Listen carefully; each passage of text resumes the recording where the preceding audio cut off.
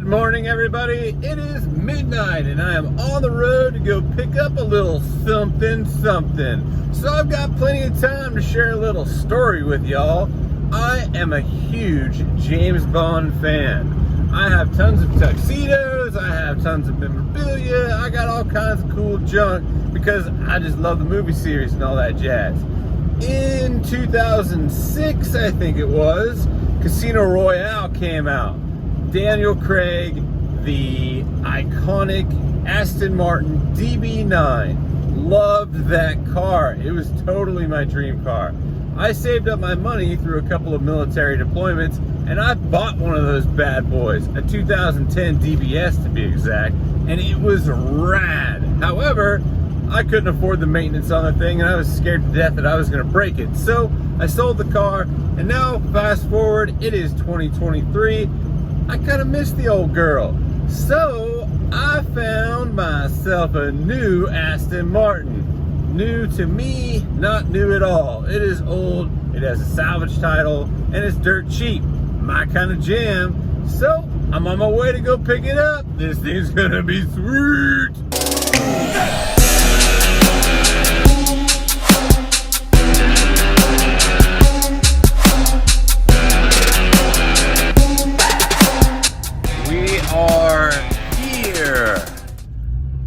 And I have no idea where to go or where the car is, but oh, ha, there it is. Well, hello, gorgeous. I guess I beat him here because the gate's still closed, but there it is. I can't wait to get in there and get a closer look at this old shit box. Not bad looking for a, salvaged old girl. Good looking body. Needs a little headlight restoration, but woo, bringing back memories. A little paint job, a little LS swap, and this bad boy's gonna be out on the road screaming with way more power than the Aston ever put out. Let's take a look inside.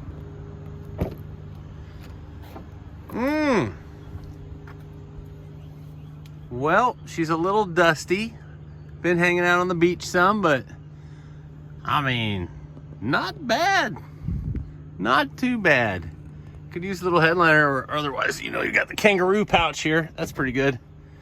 Right on.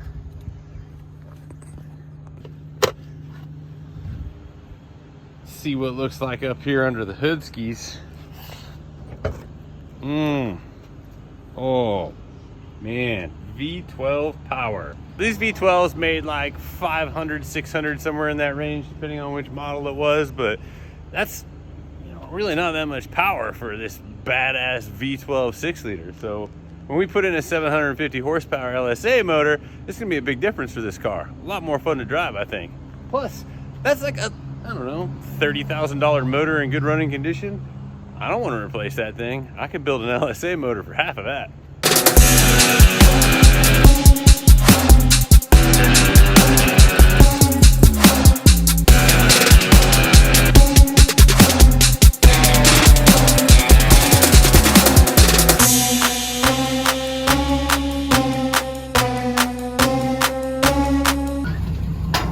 Wow, that's pretty slick. It's nice. I need to get one of those. Look at that thing.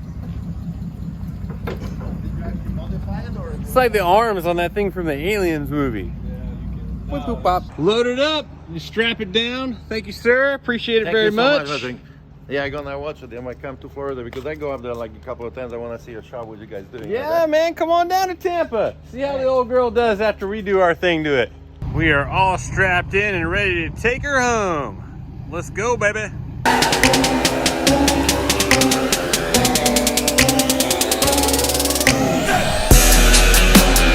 All right, we got the car unloaded back at the shop. I didn't try starting this or nothing, so got a new battery in it. They said this thing didn't run. They didn't want to try and figure it out, cut their losses and got rid of it. So that's how I got it for a hell of a deal. We're gonna see if just putting the key in and pushing the button actually works. Don't know why they wouldn't have tried that, but we'll see. The Aston Martins are kind of funky. You have a key in the older versions and a push button. Whatever. Sounds like something. Something sounds a little wonky, but.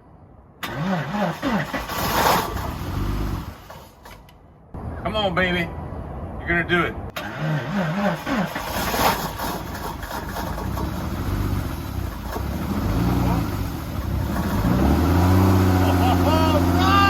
Party!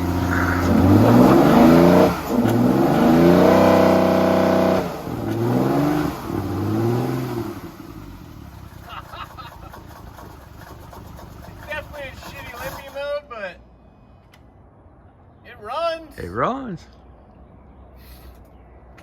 Man, something's messed up with it electronically though. I can hear like this thing's in limp mode. There's all kinds of stuff rattling and shaking. Who knows what that is?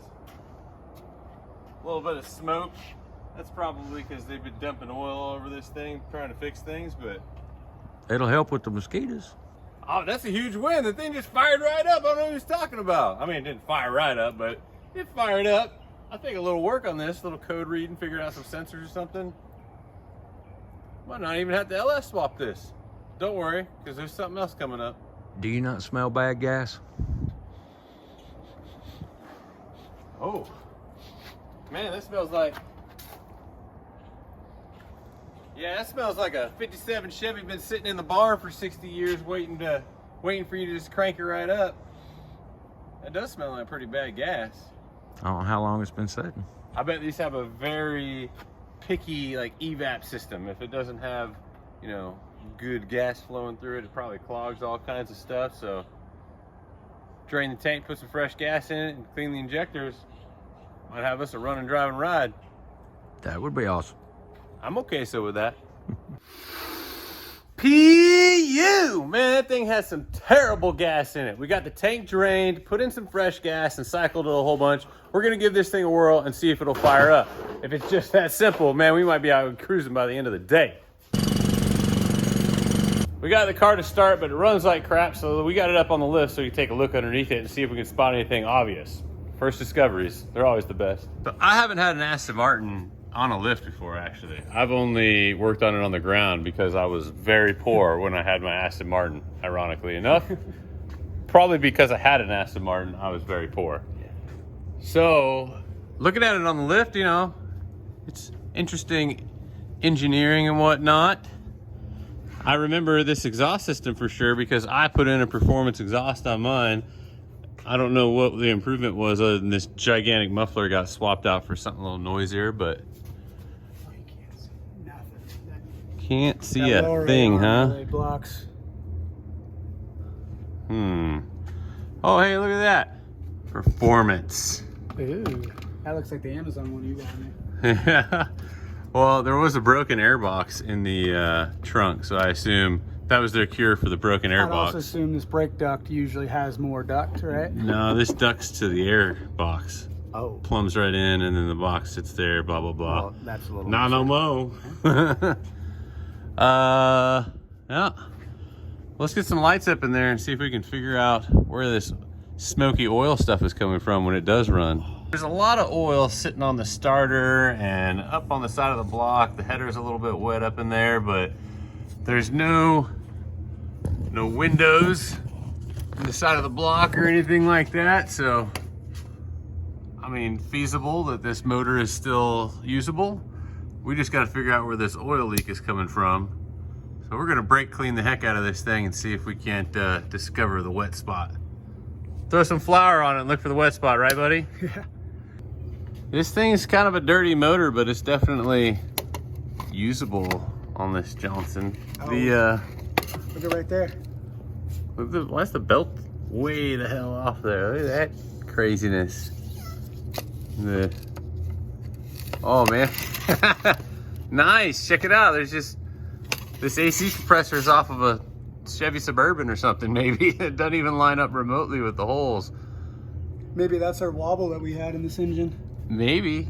I don't know. I'm sure that was shaking a lot in there if that was knocking the whole belt off. Well, it's just completely misaligned. That's weird. It's not misaligned, it doesn't fit. I think if we put it in these back bolts and move the whole thing forward an inch, that would line up the belt. I mean, or make a plate that goes across and actually like locks it in. or just delete the AC and make this a race car. I like the sound of that. AC compressor is the biggest thing we found that's wonky so far, but we're gonna give this baby a little cleaning underneath and then see what else we find. That's how you clean things. Man, this thing's gonna look good as new after this can of Motul contact cleaner. Still going.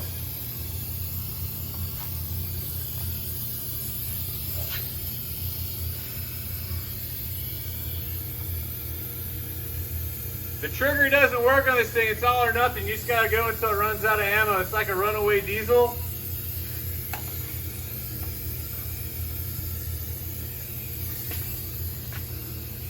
Might as well clean up that AC compressor since we know we're gonna have to work on that.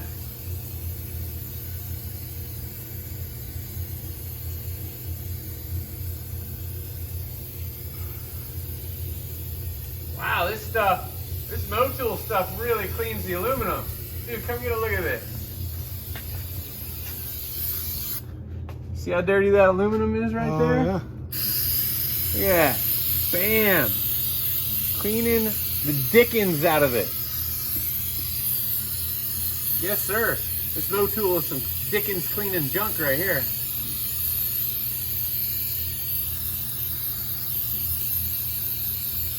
Wow, look at that.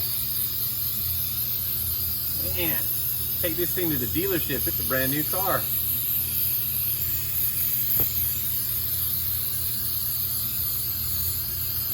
How are you supposed to get that bolt out? It's literally on the sway bar. I don't know how that thing still has brake clean in it.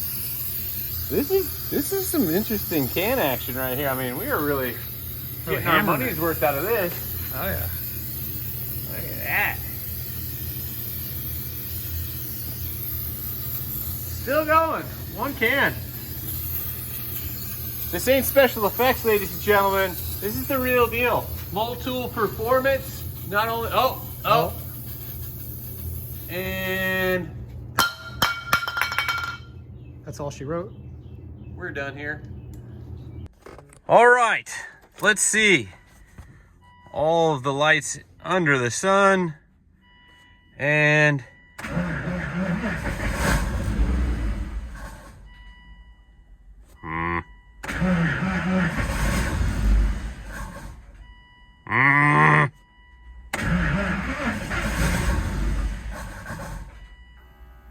still sounds like poop to me.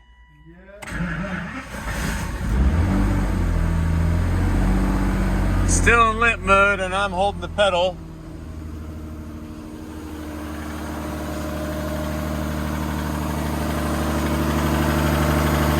Anything?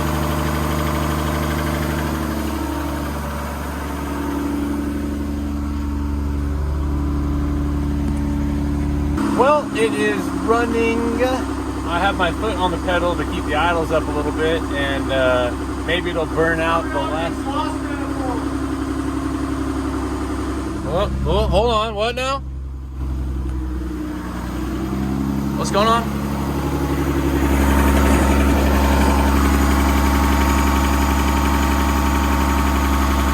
Right out through that exhaust manifold right there.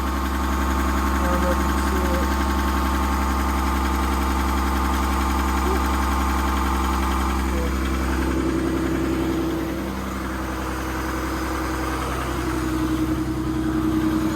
it. Coming out of the back exhaust manifold. So like, you know, what is that, cylinder 6, maybe? Oh, yeah.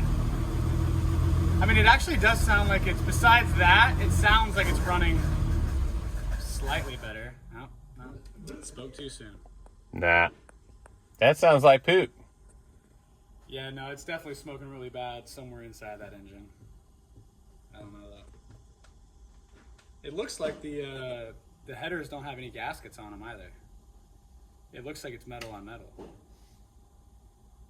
Maybe they took the exhaust manifold off and just like halfway through it back on, there aren't any bolts in it, it's just rattling on the side of the motor. I don't think that would prevent this thing from running, though. Definitely not. I mean, you don't know. If there's a huge exhaust leak, then the O2 sensors might be unhappy, but that's definitely not causing that rattle that we're hearing. Yeah, I don't know. This is going to take a deeper dive than just changing gas. LS swap!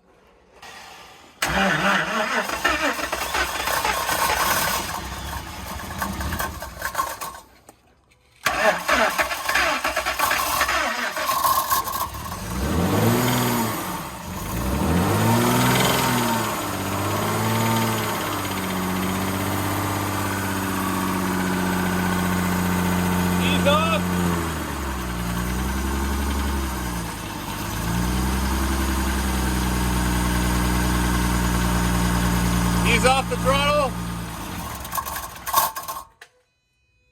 Okay. It's not running great. That metallic, clunking, noisy madoohickey, I mean, it might be rod knocked, you know, bearings are bad, bent rod. Could be something loose on the back of the crank where it connects to the torque shaft thingy madoohickey. I don't know, but I mean, we were planning on LS swapping it anyway, so who cares? I guess let's take it out. Oh, Patrick's here. Apparently he brought another surprise for us today. Oh. How about this beauty, huh? So I'm guessing this is not a car that we're gonna keep.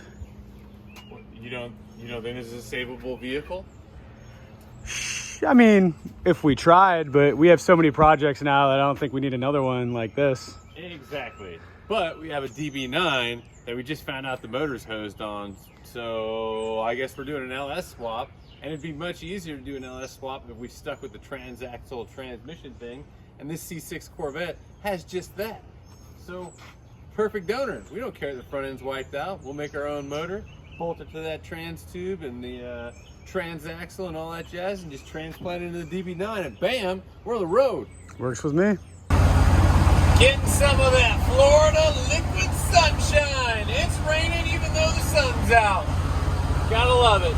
Got me a new wheels on the back of the Dragon Wagon here. Oh boy, I'm always dragging junk home, man. Oops, I did it again. That's right, I drug home another one. So here it is, another Aston Martin DB9 for less than half the cost of a good one. I got two. Well, 1.5, I suppose.